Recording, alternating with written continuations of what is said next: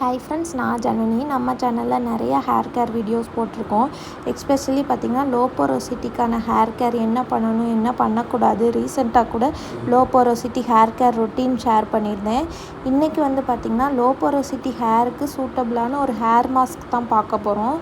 First hair mask, அதுக்கு ingredient வந்து பார்த்திங்கன்னா ஃபஸ்ட்டு வெந்தயம் எடுத்துக்கலாம். வெந்தயம் வந்து முந்தின நாள் நைட்டு ஊற வச்சு நெக்ஸ்ட் டே மார்னிங் அரைச்சிட்டு ஊற வச்ச தண்ணியவே ஊற்றி கொஞ்சம் நேரம் ஒரு ஹாஃப் டே போல் விட்டுட்டோம்னா இதோட எசன்ஸ் எல்லாம் இறங்கி இந்த மாதிரி இருக்கும். இதில் வந்து நிறைய ஹேர் க்ரோத்தை பூஸ்ட் பண்ணக்கூடிய ப்ராப்பர்ட்டிஸ் இருக்குது. ஆன்டி இன்ஃப்ளமேட்ரி ப்ராப்பர்ட்டிஸ் இருக்கிறதுனால ஸ்கேல்ப் இன்ஃபெக்ஷன் இருந்தால் க்யூர் பண்ணி ஹேர் தின்னிங்கை ரெடியூஸ் பண்ணி ஹேர் வால்யூமை இன்க்ரீஸ் பண்ணி கொடுக்கும். நெக்ஸ்ட் இன்க்ரீடியன்ட் வந்து பார்த்திங்கன்னா ஆலுவேரா. ஆலுவேரா வந்து நேச்சுரலான ஒரு மாய்ஸ்சரைசர். நம்ம ஹேரை ஹைட்ரேட்டடாகவும் நல்லா ஷைனிங்காக இருக்கிறதுக்கும் ஹெல்ப்ஃபுல்லாக இருக்கும். அது மட்டும் இல்லாமல் இது வந்து லோ போரோசிட்டி ஹேருக்கு ரொம்பவே சூட்டபிளான ஒரு இன்க்ரீடியன்ட்.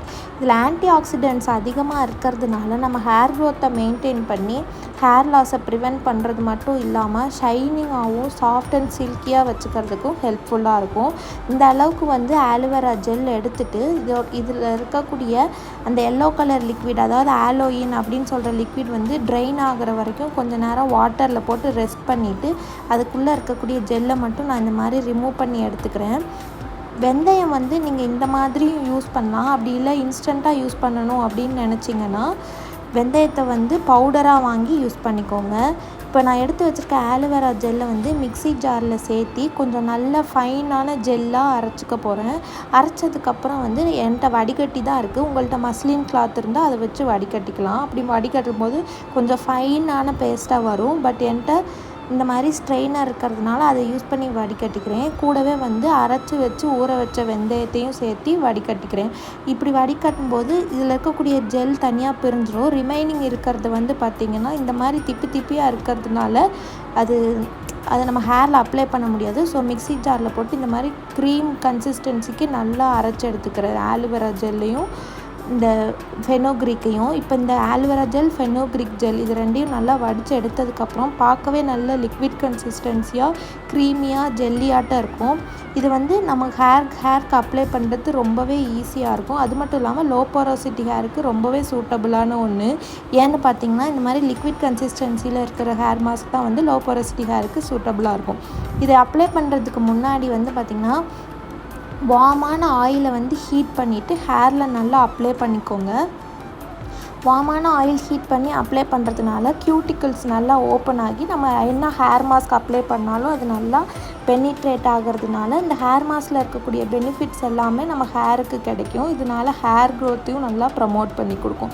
ஸோ அந்த மாதிரி பண்ணதுக்கப்புறம் இந்த மாதிரி ஒவ்வொரு பார்ட்டிஷனாக பிரிச்சுட்டு ஃபஸ்ட்டு ஸ்கேல்பில் நல்லா அப்ளை பண்ணிக்கோங்க.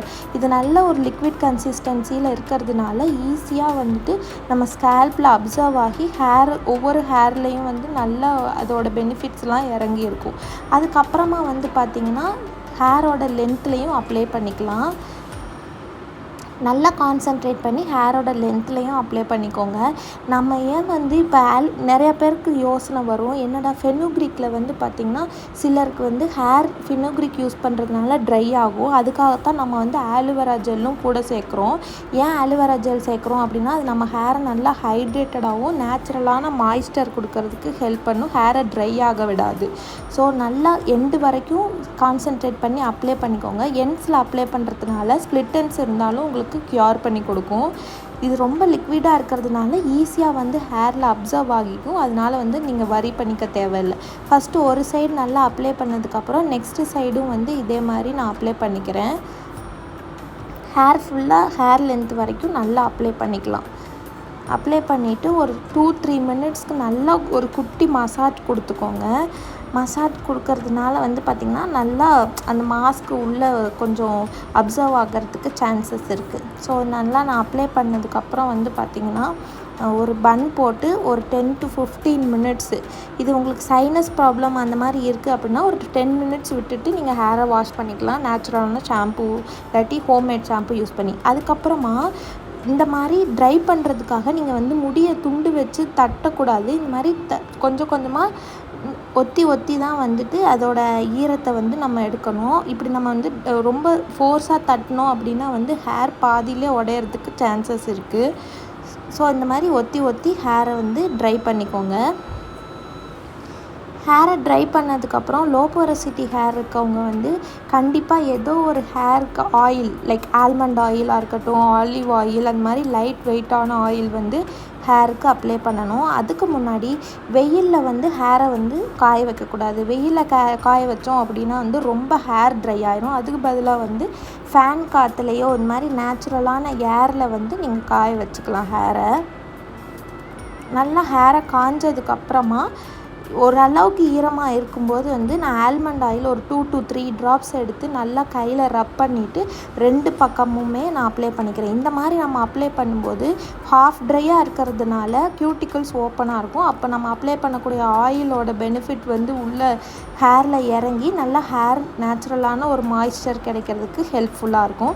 அதனால் வந்து பார்த்திங்கன்னா அந்த ஹேரில் 2 பக்கமுமே ஒரு ஹாஃப் ட்ரையாக இருக்கும்போதே நான் ஆயில் வந்து நல்லா அப்ளை பண்ணிக்கிறேன். அப்ளை பண்ணிவிட்டு நார்மலாக ஃபேன் காற்றுல வந்து ஹேரை ட்ரை பண்ணிக்கலாம். ஹேர் ட்ரை ஆனதுக்கப்புறம் பார்த்திங்கன்னா நேச்சுரலாகவே ரொம்ப ஷைனிங்காக சாஃப்டாக சில்கியாக இருக்கும். என்னோடய ஹேர் வந்து பார்க்கவே ஷைனிங்காக தொடுறதுக்கு நல்லா சாஃப்ட் அண்ட் சில்கியாக இருந்தது. இந்த வீடியோ கண்டிப்பாக யூஸ்ஃபுல்லாக இருக்கும்னு நினைக்கிறேன். ஒரு நிமிஷம் இருங்க. இந்த ஹேர் மாஸ்க்கை நீங்கள் ட்ரை பண்ணி பார்த்துட்டு எனக்கு எப்படி இருந்தது அப்படிங்கிறத கமெண்ட்ஸில் சொல்லுங்கள். அது மட்டும் இல்லாமல் இனி ஃபர்தராக அப்கமிங் வீடியோஸில் நெக்ஸ்ட்டு என்னென்ன ஹேர் மாஸ்க் வந்து லோ போரோசிட்டிக்கு அப்ளை பண்ணலாம் அப்படிங்கிறத நான் அப்லோட் பண்ணுறேன். அது கூட வந்து என்னென்ன ஃபுட் இன்டேக் எடுத்துக்கலாம், அதனால் ஹேர் க்ரோத்தை நல்லா எப்படி இன்க்ரீஸ் பண்ணுறது அப்படிங்கிறதெல்லாமே நான் அப்லோட் பண்ணுறேன். இதை பார்க்குறதுக்கு நம்ம சேனலை ஃபாலோ